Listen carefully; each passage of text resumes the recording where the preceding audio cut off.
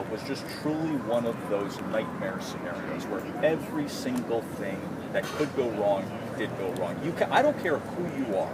If you're going to turn the ball over 7 times, that's going to happen. It was a disaster in every which way. You know, we spent today with Derek Mason, and I'm not telling you they're going to win this football game, but I'm telling you they definitely have a different disposition. They found out a lot about themselves. They know what's in their DNA, and they're going to have a different attitude. And I think he found out a lot about himself as a head coach as well. And, he shared a couple stories about that enlightenment from his wife at about 1 in the morning or 2 in the morning of saying, who was that guy out there? But that was a nightmare scenario. Do you think it was almost good for him to get that out of the way early, learn the lesson, what it takes to be a head coach? I think he would say it was good for him if they didn't lose and have 7 turnovers. But I do think it was one of those, okay, we get it, I get it, this is now who I am, this is what we are, and this is who we need to be. We were in our big luxury bus here. We got done doing the South Carolina-Texas A&M game, so we were driving down to Auburn. We were watching that game, all of us, the whole crew and the producers, and we were cringing. Like every 5 minutes, it was just one of those nights where you just couldn't believe what you were seeing. Everything just fell flat. Do you expect them to be able to bounce back and hold their own against Ole Miss? I think this is an interesting matchup for Vanderbilt. It's not a matchup you really want in week 2 because I think the Ole Miss defense is truly elite. I mean, this is one of those teams that I think 10 years from now, 8 to 10 years from now, when we're watching the NFL, we'll be saying, wow, remember that guy when he played at Ole Miss? And you won't realize it at the time, but you're seeing NFL veterans. I think they're loaded with talent.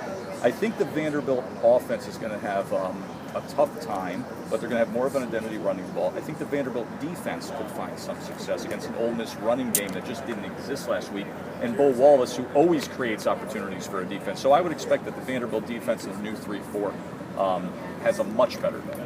This whole SEC network thing, what's it been like? You knew the reaction was going to be pretty big. What's it been like? You know, it's I've said this a lot in the course of the past year since I took this job.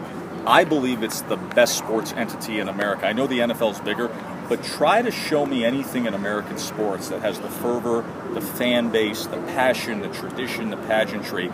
So to be the signature show of the conference, to be the traveling circus of the conference and go to town, it's pretty awesome, man. I mean, it's pretty exciting. I'm not going to lie. You come into town and you're eating great barbecue and you're talking ball and you're at the biggest game every week and you're hanging with Tebow and Spears and you're trying to dodge the bullets that are being shot at Feinbaum. It's a fun way to go about getting a paycheck. It really is. It is important, too, to travel to these different SEC cities, right, and reach out to the fans, right? It is. Every time, now tomorrow when we're down here and I invite everybody in Nashville, we got free donuts and coffee, 8 a.m. Come down, join the party, yell at Tebow and Spears. Every time we've done a show here, every time we've done a show with SEC Nation, no matter where we are, I've been turning around and telling the crowd, this is your show. Listen, the show doesn't exist, the network doesn't exist without the fans. Mm-hmm. It's the fans' network, it's the fans' show. Joe, you touched on this a little bit. What are your impressions of the Ole Miss offense? I think on the perimeter they are as dangerous as anybody in the country. I think Laquan Treadwell may be the best wide receiver in the country. I think Bo Wallace is a risk-reward quarterback. I think Laramie Tunsil at left tackle is going to be an NFL Pro Bowler for years to come. I think they have to find their identity with the running game, but there is talent there. I think Ole Miss is the kind of team that could be the ultimate surprise team, the way an Auburn or Missouri was a year ago, and really do big things and contend for a title. And I think they could knock off many of the big boys. It would not surprise me in a perfect storm if Ole Miss somehow finds a way to end up in the SEC title game.